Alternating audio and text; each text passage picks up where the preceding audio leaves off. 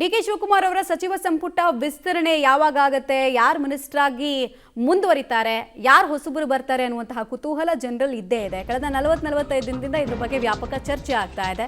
Finally ಸಂಪುಟ ವಿಸ್ತರಣೆಗೆ ಮುಹೂರ್ತ ಫಿಕ್ಸ್ ಆಗುತ್ತಾ ಅಂತ ನೋಡಿ, ಜನರಿಗೆ ಬೇಕಾಗಿರೋದು ಇಷ್ಟೇ. ಹಳಬ್ರೆ ವಾಪಸ್ ಬರ್ತಿದ್ದಾರೆ ಅಥವಾ ಹೊಸಬ್ರು ಬರ್ತಿದ್ದಾರಾ ಅಂತ ಇದೊಂದು ಕುತೂಹಲ ಇದೆ.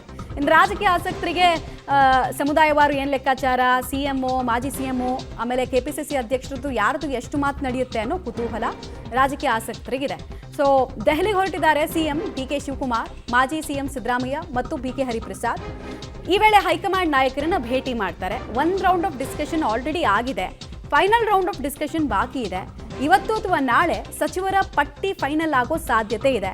ಎಲ್ಲ ಸ್ಮೂತ್ ಆಗಿ ಆಗ್ಬಿಟ್ರೆ ಗುರುವಾರ ಅಥವಾ ಶುಕ್ರವಾರದ ಒಳಗೆ ಸಂಪುಟ ವಿಸ್ತರಣೆ ಆಗತ್ತೆ ಅಂತ ಅವಕಾಶ. ಯಾರಿಗೆ ಕೊಟ್ಟು ಮಾತು ಉಳಿಸ್ಕೊಳ್ತಾರೆ, ಯಾವ ಸಮುದಾಯವಾರು ನಾಯಕರಿಗೆ ಜಾತಿ ಅನ್ನುವಂತಹ ರಕ್ಷೆಯ ಕಾರಣಕ್ಕೆ ಮಂತ್ರಿಗಳಾಗ್ತಾರೆ ಈ ಬಾರಿ ಕೂಡ, ಅಥವಾ ತಮ್ಮ ವರ್ಚಸ್ಸಿನ ಕಾರಣಕ್ಕಾಗ್ತಾರೆ ನೋಡಬೇಕು. 20 ಸ್ಥಾನಗಳ ಪೈಕಿ ಎಷ್ಟು ಭರ್ತಿ ಆಗತ್ತೆ ಅನ್ನೋ ದೃಷ್ಟಿಯನ್ನು ನೋಡಿಕೊಂಡು ಚುನಾವಣೆ ದೃಷ್ಟಿಯಿಂದ ಸಂಪೂರ್ಣ ಭರ್ತಿಯ ಬಗ್ಗೆ ಲೆಕ್ಕಾಚಾರವನ್ನು ಡಿ.ಕೆ. ಶಿವಕುಮಾರ್ ಇಟ್ಕೊಂಡಿದ್ದಾರೆ. ಒಂದು ಸಾಧ್ಯತೆ.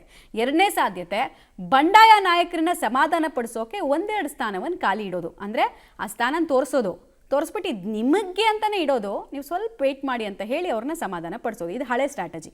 ಸಾಧ್ಯತೆ 2 ಇದಾಗ್ಬೋದು.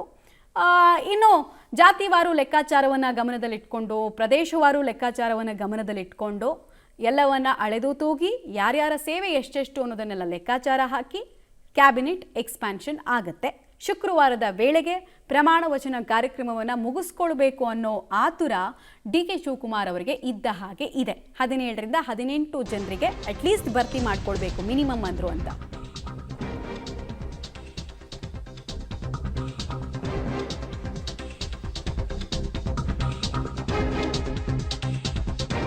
ಹೈಕಮಾಂಡ್ ನಿರ್ಧಾರ ತುಂಬ ಇಂಪಾರ್ಟೆಂಟ್ ಆಗುತ್ತೆ ನೋಡಿ. ಸಂಪುಟ ರಚನೆ ಅನ್ನೋದು ಮುಖ್ಯಮಂತ್ರಿಗಳ ಪರಮಾಧಿಕಾರ. ಬಟ್ ಯಾವ ರಾಷ್ಟ್ರೀಯ ಪಕ್ಷಗಳಿಗೆ ಆ ಪರಮಾಧಿಕಾರ ಇದೆ ಹೇಳಿ, ಅಂದರೆ ಮುಖ್ಯಮಂತ್ರಿಗಳಿಗೆ ಕೊಡ್ತಾರೆ ಹೇಳಿ.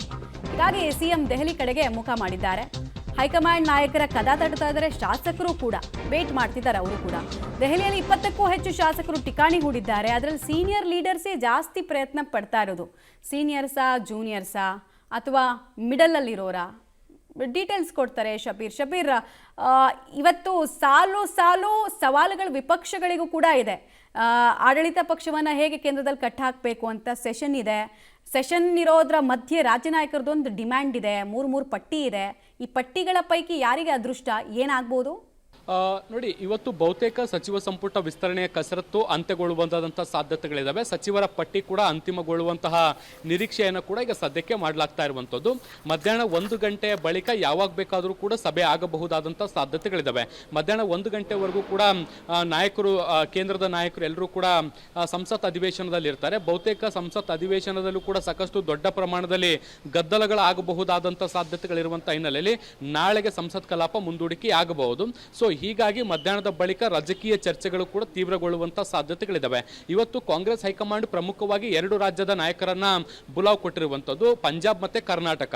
ಮೊದಲು ಕರ್ನಾಟಕದ ಸಭೆಯನ್ನು ನಡೆಸಬಹುದು. ಪಂಜಾಬ್ನ ಸಭೆಗೆ ಈಗಾಗಲೇ ಸಮಯ ನಿಗದಿಯಾಗಿದೆ. ಸಂಜೆ 5 ಗಂಟೆಗೆ ಪಂಜಾಬ್ ನಾಯಕರ ಜೊತೆಗೆ ಕಾಂಗ್ರೆಸ್ ಹೈಕಮಾಂಡ್ ನಾಯಕರು ಸಭೆಯನ್ನು ನಡೆಸ್ತಾ ಇರುವಂಥದ್ದು. ಸೊ ಹೀಗಾಗಿ ಸಭೆ ಆರಂಭ ಆಗೋಕ್ಕಿಂತ ಮುಂಚೆ ರಾಜ್ಯ ನಾಯಕರ ಜೊತೆಗೂ ಕೂಡ ಒಂದು ಹಂತದ ಚರ್ಚೆಗಳನ್ನು ಕೂಡ ಮಾಡಬಹುದು. ನೋಡಿ, ಈಗಾಗಲೇ ಬಹುತೇಕ ಒಂದು ಹಂತದ ಚರ್ಚೆಗಳಾಗಿದ್ದಾವೆ. ಕೆಲವೊಂದಿಷ್ಟು ಹೆಸರುಗಳನ್ನು ಕೈ ಬಿಡುವಂಥದ್ದು ಮತ್ತೆ ಕೆಲವು ಹೆಸರುಗಳನ್ನು ಸೇರ್ಪಡೆ ಮಾಡಿಕೊಳ್ಳೋ ವಿಚಾರಕ್ಕೆ ಸಂಬಂಧಪಟ್ಟಂತೆ ಒಂದಷ್ಟು ಮಾತುಕತೆಗಳ ಆಗಬೇಕಾಗಿರುವಂಥದ್ದು. ಸೊ ಹೀಗಾಗಿ ರಾಜ್ಯ ನಾಯಕರಿಗೆ ಬುಲಾವನ್ನ ಕೊಟ್ಟಿರುವಂಥದ್ದು.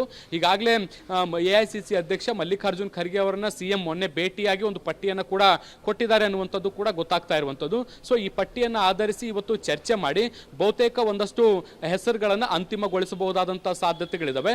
ಇವತ್ತು ಸಂಜೆ ಒಳಗಡೆ ಹೆಸರುಗಳ ಅಂತಿಮ ಆದರೆ ನಾಳೆ ಅಥವಾ ನಾಡಿದ್ದು ಪ್ರಮಾಣ ವಚನ ಕಾರ್ಯಕ್ರಮವನ್ನು ಇಟ್ಕೋಬಹುದು. ಬಹುತೇಕ ಇವತ್ತು ಲೇಟ್ ನೈಟ್ ತನಕ ಏನಾದರೂ ಮೀಟಿಂಗ್ಸ್ ಆದರೆ ಶುಕ್ರವಾರದವರೆಗೂ ಕೂಡ ಪ್ರಮಾಣ ವಚನ ಕಾರ್ಯಕ್ರಮ ಆಗಬಹುದಾದಂಥ ಸಾಧ್ಯತೆಗಳಿದೆ ಅಂತ ಹೇಳಲಾಗ್ತಾ ಇದೆ.